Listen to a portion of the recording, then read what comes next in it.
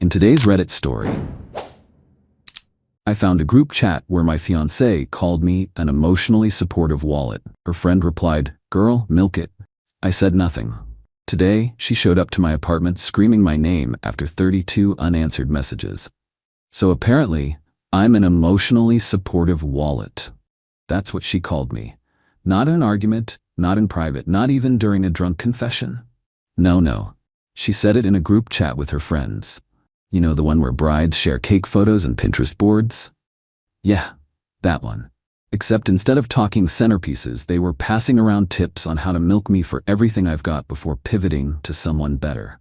Their words? Not mine. But hey, maybe I should back up. I'm Larry. I'm 34. I work in digital marketing, mostly for mid-sized clients who need help not making their websites look like Craigslist in 2005. It's a good gig.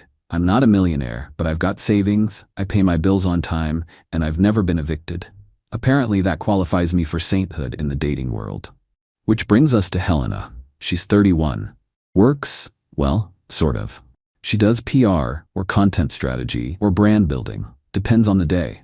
Realistically, she spends most of her time curating outfits that make it look like she's going somewhere important and posting IG stories about hustle culture from cafes that charge $8 for toast.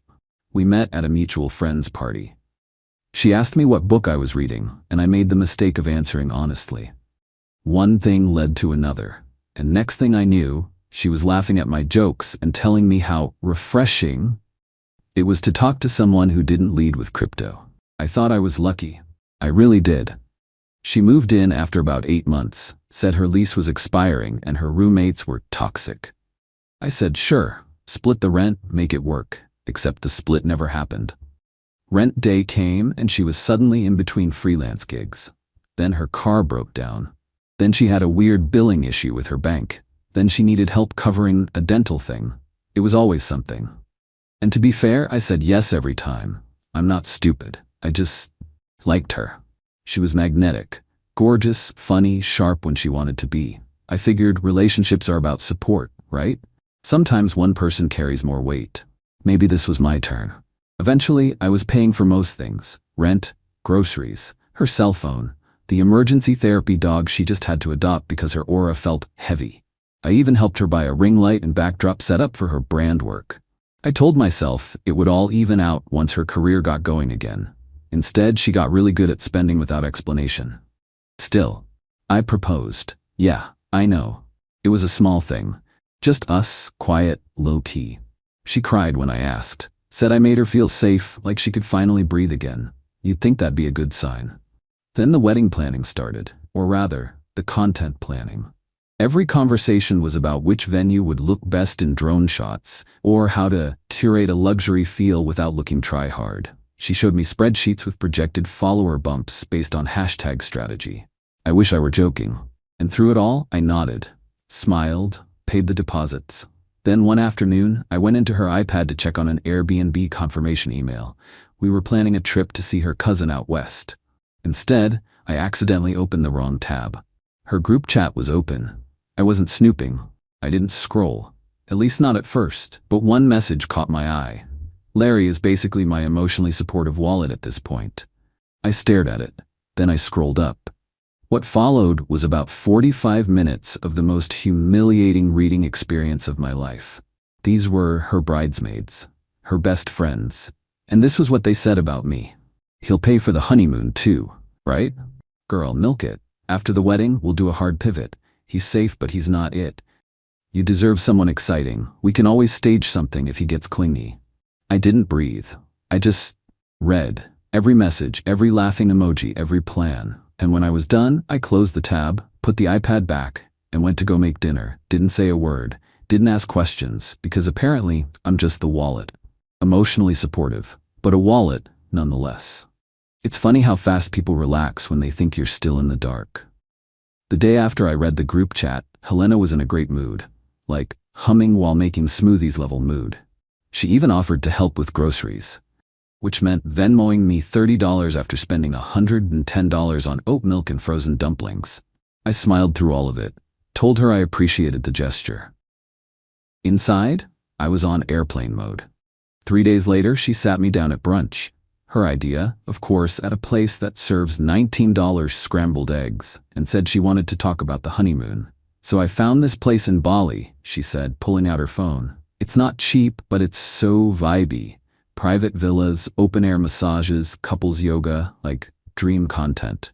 I nodded. "Sounds perfect," I said. She lit up, told me she'd start building a mood board, that she had a whole TikTok series planned.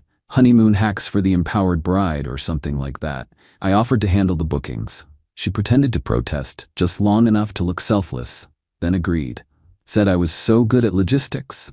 She had no idea. That night, while she was live streaming a skincare Q&A, I was opening a new checking account. Separate bank, new password, no shared logins, just me and a clean slate. I moved 70% of my savings there. Then I scheduled a call with my leasing office. Our lease had 2 months left. I let them know I'd be vacating early and that my cousin, a real person with real credit, would be taking over the space. Paperwork signed, key transfer scheduled, move-out date confirmed, same weekend as her bachelorette trip.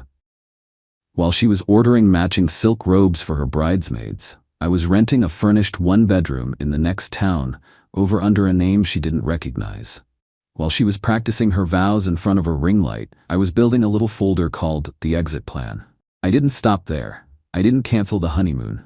That would have been too obvious. Instead, I made some adjustments. The flight stayed the same. The date stayed the same. But the destination swapped from Bali to a retreat in southern Arizona. Not a spa, not a resort, a wellness recovery center. Their slogan, disconnect, detox, discover yourself. No Wi-Fi, mandatory group reflection sessions, vegan meals only, shared bunk rooms. The booking site featured a testimonial from a woman who said, "I arrived with 3 suitcases and left with emotional clarity." I was banking on her not reading the fine print. She rarely did. I also started screenshotting everything. The chat, the payment records, the text where she joked to her friend about harnessing male stability. All of it went into a neat PDF I titled, "For You with Love." Then I printed one copy, put it in a blank envelope, and waited. The bridal shower was hosted by her friend Tara. She's the one who once told Helena she needed a man who brought gifts, not emotional growth. So yeah, real salt-of-the-earth vibes. It was the usual scene. White balloons, champagne, paper signs with scripted fonts that said, "She said yes," and "Bride Tribe." Helena was glowing, not in a spiritual way. More like someone who was about to drop a sponsored post with her dress tagged. I showed up late on purpose. Brought her favorite drink, this overpriced oat milk latte with lavender syrup that makes the barista hate me every time I order it. I kissed her on the cheek, handed her the drink, and told her, "You're going to be a beautiful bride." She beamed. Then I dropped the envelope into her bag while she was mid-selfie with a cake pop. No one saw. I left before dessert. I got a text from her later that night. "Hey, what's the envelope you put in my bag?" I didn't answer. Another one came an hour later. "Wait, Larry, where did you get these screenshots?" Still didn't answer. Then the classic. "That chat was taken out of context. You don't understand how girls talk, right? Girls talk about milking their fiancé for a honeymoon and staging a cheating scandal to dump him without looking bad. Totally normal brunch conversation." Another message. "You're overreacting. You're making this into a thing. We're good. Just breathe." I told her I was breathing just fine. She called. I didn't answer. The next day, she pulled the apology card, said it was just banter, and that I was always so literal, that I wasn't supposed to see it, as if the problem was access, not content. I agreed with her. "You're right," I said over text. "I shouldn't have read it, that was wrong of me." She relaxed immediately, even sent a kiss emoji. That afternoon, she bragged in the group chat.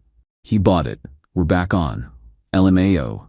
I screenshotted that too, sent it to her mom, along with the rest of the chat history. No message, no explanation, just the PDF and the subject line, "Before the wedding, you might want to read this." I did the same with her aunt, the one paying for the cake. And then, I ordered dinner and watched a documentary about volcanoes, for inspiration. Helena left for her bachelorette weekend on a Thursday. She was in high spirits, said something about aligning chakras before the chaos. Her suitcase had 3 outfit changes per day and a whole section labeled content. She kissed me on the cheek like nothing had happened and told me she'd miss me. I told her to have fun. She didn't notice that half her closet was already gone. I'd moved out over the course of 3 quiet nights while she was out doing yoga or strategy brunches. It wasn't even hard. She never noticed anything that didn't involve a ring light or someone tagging her on Instagram. By the time her Uber pulled away, the apartment was half empty and the lease was no longer in my name. The key card she had, deactivated. Mail forwarded. Wi-Fi canceled. On the dresser, I left 3 things. The engagement ring, placed neatly in its original box, a flash drive labeled "From the Wallet," a handwritten note on a post-it, "Just here to support, emotionally and financially." That's what wallets do, right? No yelling, no confrontation, no dramatic exit, just an empty apartment and 10 gigs of receipts. About 5 hours later, the text started. "Larry, what the F is this? Where are you? You are ruining everything. I let you love me." That one made me laugh out loud. She called. I didn't pick up. She FaceTimed. Ignored. By the time I turned my phone off for the night, I had 32 unread messages. And then came the banging. The next morning, she showed up at my new apartment. I don't know how she got the address. Maybe one of her friends. Maybe she followed me the week before. Doesn't matter. What matters is the image burned into my peephole. Helena, in last night's clothes, hair frizzy from humidity, pounding on the door like I owed her back pay for emotional labor. Larry opened the door. I watched silently. She had no idea I was home. I had Chinese takeout on my lap and a rerun of Kitchen Nightmares playing on low volume. She screamed my name 2 more times. My neighbor peeked out, saw me sitting calmly, and raised his eyebrows like, "Good? You good?" I nodded. Helena eventually slid down the wall and sat there for 15 minutes before storming off. I never said a word. Helena didn't text the next day. That's how I knew she was in damage control mode. When someone like her goes quiet, it's not reflection, it's strategy. I got confirmation that afternoon from one of her bridesmaids, well, former bridesmaids, technically. Tara, the bridal shower host. Apparently the screenshots I sent to her mom and aunt, yeah, those made their way through the entire family group chat. Her mom was mortified. Her aunt pulled her funding for the wedding cake. Her sister left the bridal party entirely. Tara's message was short and to the point. "I didn't know it was that bad. Sorry you had to see that stuff." I didn't respond. Meanwhile, Helena tried to get ahead of the collapse. She posted a 30-second reel to her wellness account, crying on a patio, dramatic piano music playing in the background, voiceover saying, "Sometimes people break you right before your breakthrough." The caption was a novel. To those who've asked why the wedding is off, I'm not ready to share details, but please know I'm healing. I chose love, and sometimes love doesn't choose you back. The comments were full of support from people who didn't know the story, but the people who did, they weren't having it. One of her friends from the chat, Becca, DM'd me, said Helena was trying to blame everything on miscommunication and emotional abuse, that I'd been too distant, too controlling, too logical. I forwarded Becca the screenshots Helena had sent about her, the one where she said she'd probably drop Becca from the bridal party if she posts one more blurry thirst trap. Becca stopped defending her real fast after that. A few days later, someone anonymously leaked the full PDF to a local gossip subreddit. It didn't blow up or anything, but it was enough that Helena's influencer image took a hit. A brand deal quietly pulled back. She stopped posting for a week. And the honeymoon? She still went. Turns out the retreat was non-refundable. The photos she posted were grim. Shared bunks, no makeup, group drum circles. One of the retreat leaders posted a photo of her journaling with the caption, "Facing truth isn't always pretty." I saved that one. As for me, I spent what would have been our honeymoon week in Iceland. I hiked a glacier, ate something I couldn't pronounce, sat in a hot spring with a view of a volcano. Posted exactly one photo. Me, in sunglasses, holding a beer, steam all around me. Caption, "Emotionally supportive wallet on vacation. No withdrawals accepted." 3 days later, Helena messaged me from a burner account. "I miss you. I made a mistake. I left it on read. Typed something once, deleted it. Because here's the thing. You don't get to milk someone and then cry when the well dries up. You don't get to call someone safe and boring and convenient, then wonder why they stopped showing up. You don't get to laugh behind someone's back and expect to still have a seat at their table." Final message from me? No message at all. just silence. Because some people don't deserve closure.